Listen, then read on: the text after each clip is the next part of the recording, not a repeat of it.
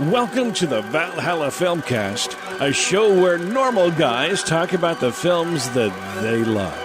And here are your hosts, Bryce Thompson, Brian Hammond, and Cody Ryrie. Now get ready, because the show starts in 3, 2, 1. Welcome to the Valhalla Filmcast. I am Bryce Thompson. I'm here with Cody Ryrie and Brian Hammond. Happy holidays. Awkward pause and awkward talking. Anyways, we wanted to talk about movies that involve the Christmas theme. It's called the naughty list. That's what we're going to call it. I didn't mean to whisper and make it sound really perverted, but that's what we're calling it. So I'll try and bring it back from that awkward. But we want to talk about Christmas movies because it is Christmas time. Your tree should be up. Yeah. There hopefully are presents under it. Unless you're Jewish. Or in a different country. And we appreciate your customs too. We do. Brian. But we want to talk about Christmas time, Christmas movies. But since it's the Valhalla Filmcast and we like the cool things, we want male-centric things, if we're being honest. We like cars that go fast and loud bangs. I can't disagree with that. So, we wanted to talk about the best movies that are action-packed that involve Christmas. Now, the obvious choice is Die Hard. Obvious. Just get it out of the way. Yeah. We're just going to put it to rest. But there's others, which we will talk about Die Hard. But there's other ones that are out there that are good that you can watch. I mean, you can watch Die Hard a bit throughout Christmas time every day, but maybe you want to switch it up. Well, these are some that you should check out. Kiss Kiss Bang Bang. Yes, yeah, from 2006. It's a Shane Black movie, the first movie he ever made. You know him later on. He did Iron Man 3. Most recently did The Nice Guys. Every movie, he was a writer before, and every movie he ever writes is an action movie, a buddy cop story, and it takes place at Christmas. Even Iron Man. Even Iron Man, yes. Every single one of them. It has to be that way when he makes movies. That's awesome. That's a cool little, He paints the same tree his whole life, yes. Yeah. It's the same thing.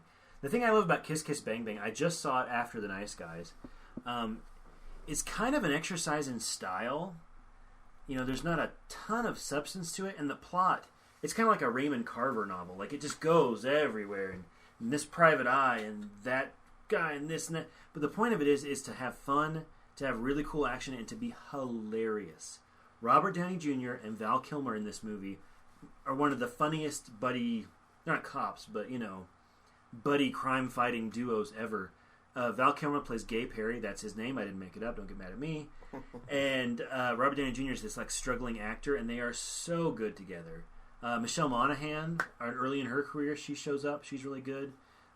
Just a fun movie. Now it's not for kids.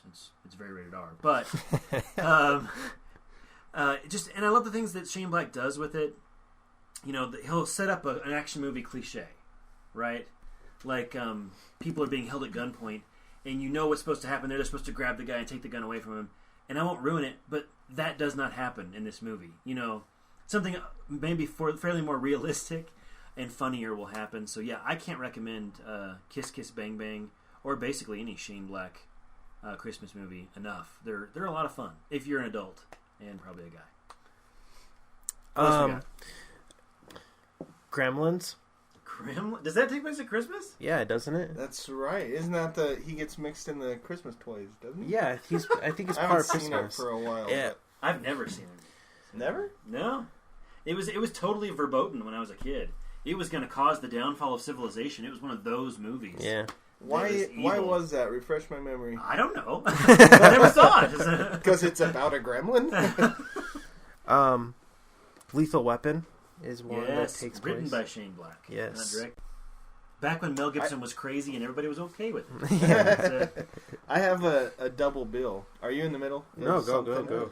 So my two selections, perfect double bill for the Christmas season. In fact, you could see this probably on the marquee at the New Beverly. Totally see this. spanning a total of 10 decades. The first one's from 1974, entitled Black Christmas. That's directed by Bob Clark. Bob Clark, the guy who did A Christmas Story? I don't know, and Porky's? actually. Well, yes. He did Porky's, I don't know he the did same guy Christmas who did Story. A Christmas Story, yeah. Yeah, probably. Wow, that's cool. But it's starring Olivia Hussey from Romeo and Juliet fame and Turkey Shoot. But anyways, so it takes place, obviously during Christmas time. And this was in 74, and the hubbub surrounding this when it was came out was horrific. I mean, everyone was just, picketing. And like Black Christmas, like African American Christmas, or no? Oh, okay. All Black Christmas, like you're gonna die. Not like a Medea Christmas. It's, no. Okay. Yeah, everyone's very much white in it, pretty much. So if you do have, except the guy who dies first, right? But, probably. I think that's before those tropes, even. So, but it's from 74, and I actually haven't revisited this since I was fairly young. But it's getting released in 2 days, Scream Factory Collector's Edition. So you're going to be able to see it in its purest form very, very soon. Probably already, if you're listening to this now. That's true. It's probably already been released.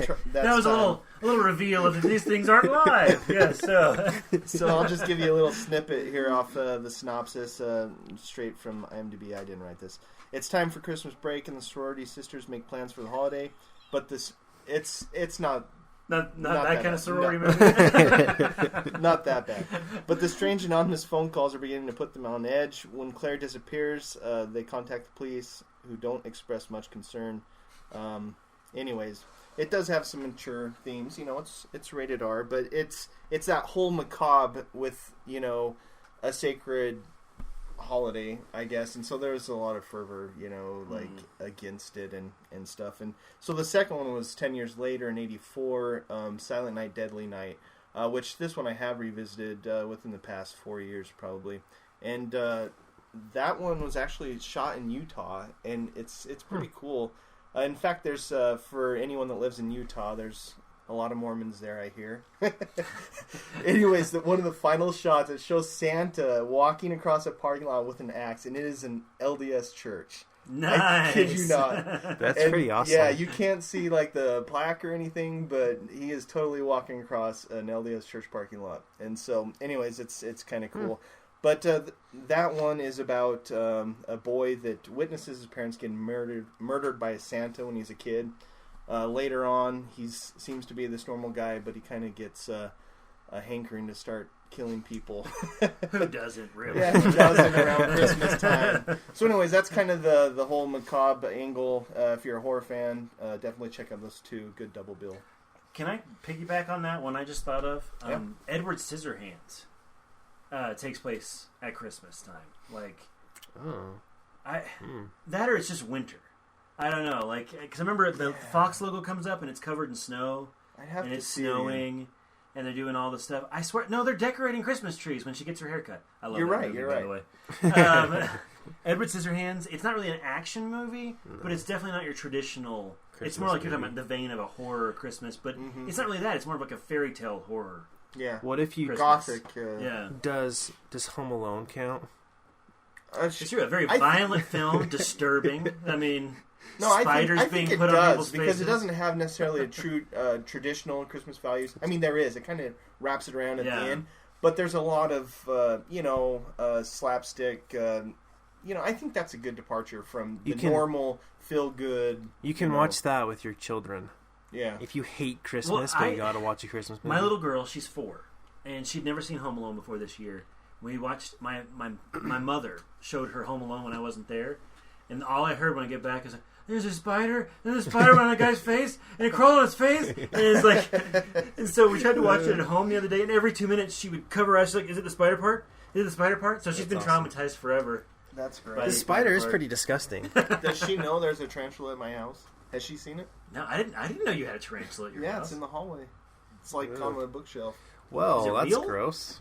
Yeah, it's real. What is wrong with you? Do you feed it things? Crickets. Wow. All right, well, sorry. Another piggyback, Batman Returns, another Tim Burton movie, takes place at Christmas. Now, Batman Returns, I love the first Batman with Jack Nicholson.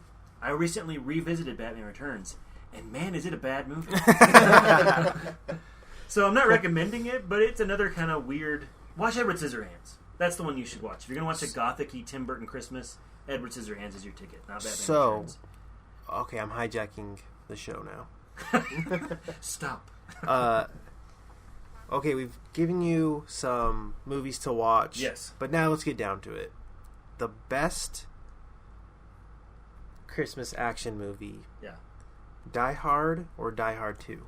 Oh, come on.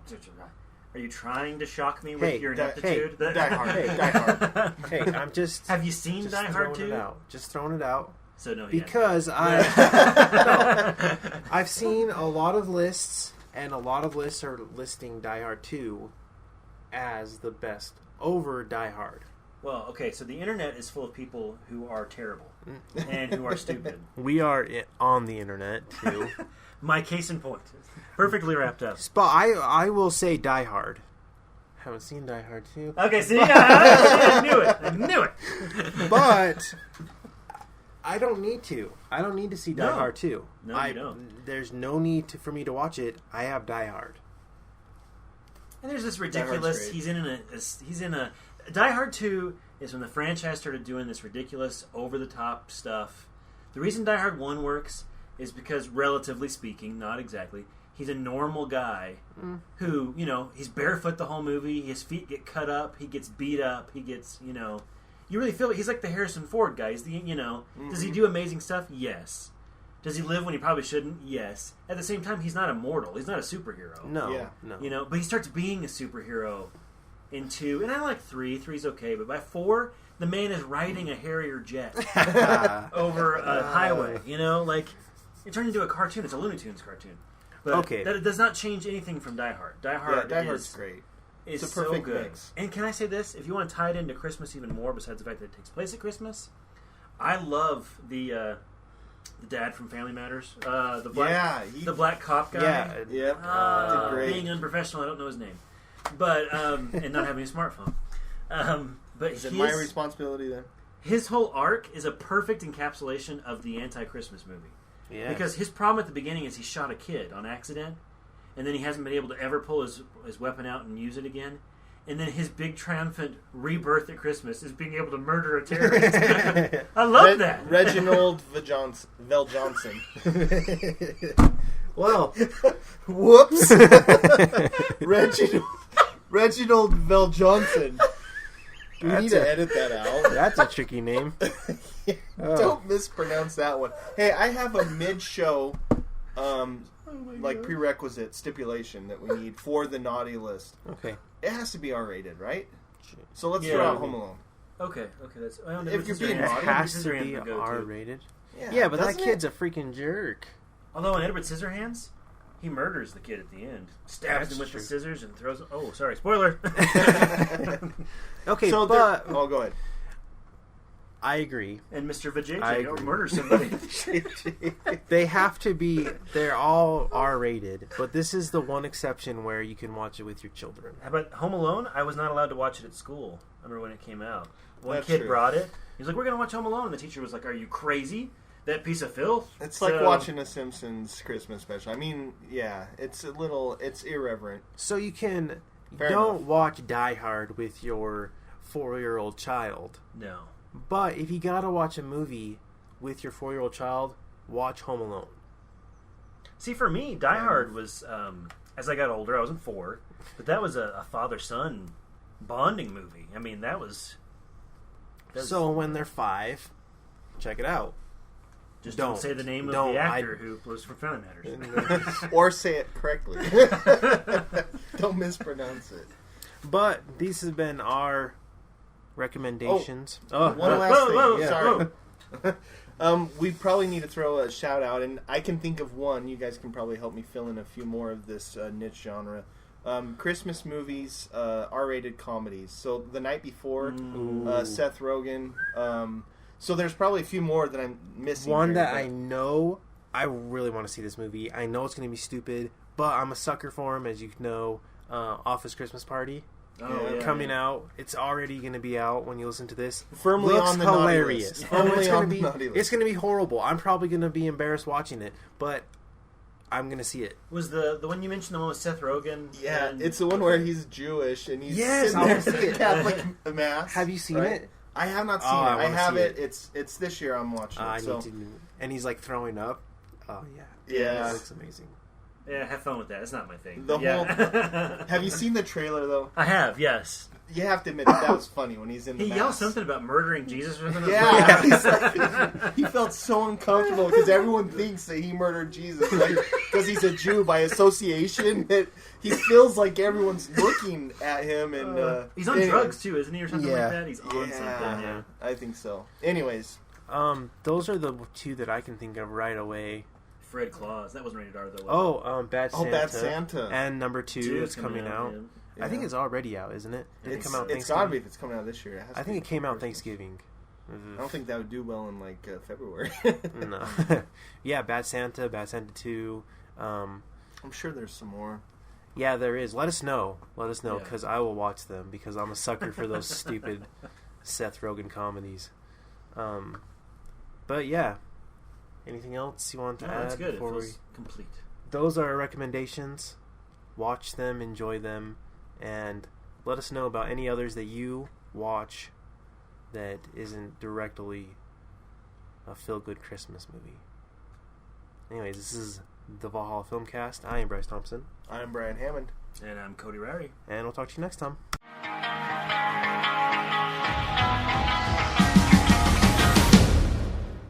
The following views, opinions, and commentary are the sole property of the Valhalla Filmcast. Any unauthorized reproduction without prior consent is prohibited. Any incidental music, audio clips, or film trailers are used for the sole purpose of film criticism and commentary as allowed under the Fair Use Act.